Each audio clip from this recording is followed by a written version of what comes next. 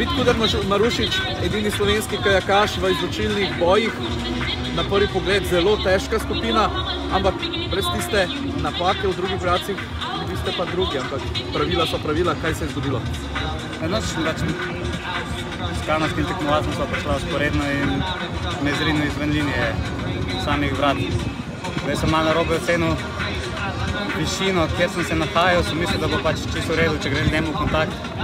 Ampak po tistem, ko so se zadela, sva v bistvu bila že v višini vrat, ki bi jih mogel prevoziti, tako da sem šel minus za 1,5 metra. Verjetno ne morete biti zadovoljni zdaj s tem. Je razočaranje prisotno? Ja, ko se mi je zdelo, da pač bo šlo bolj, kakor je dejansko šlo. Oziroma, vse pač večino proge je šlo tudi tako.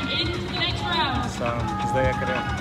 Videli smo vas na koncu, ste v bistvu vedeli, kaj se je pripetilo, kajte videli smo, da niste več poganali na polno. Ja, pa sem spustil še Aignerja naprej, ki je bil četrti, da ga ne bi uveril, glede na to, da sem imel že napako v zgornjem delu proge.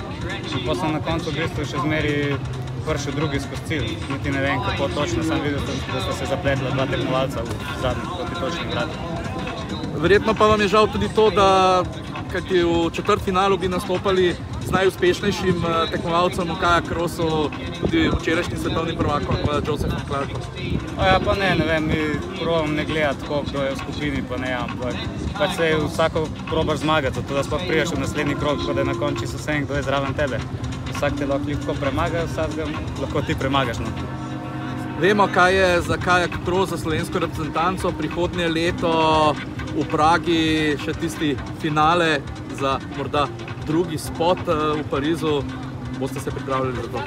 Ja, vsi kar se bomo pripravljali za to, ja.